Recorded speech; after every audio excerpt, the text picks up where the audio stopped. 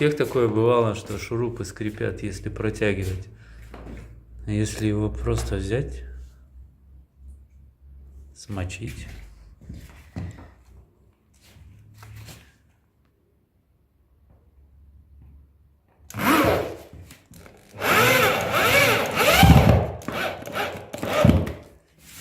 Вот этот сухой закрути.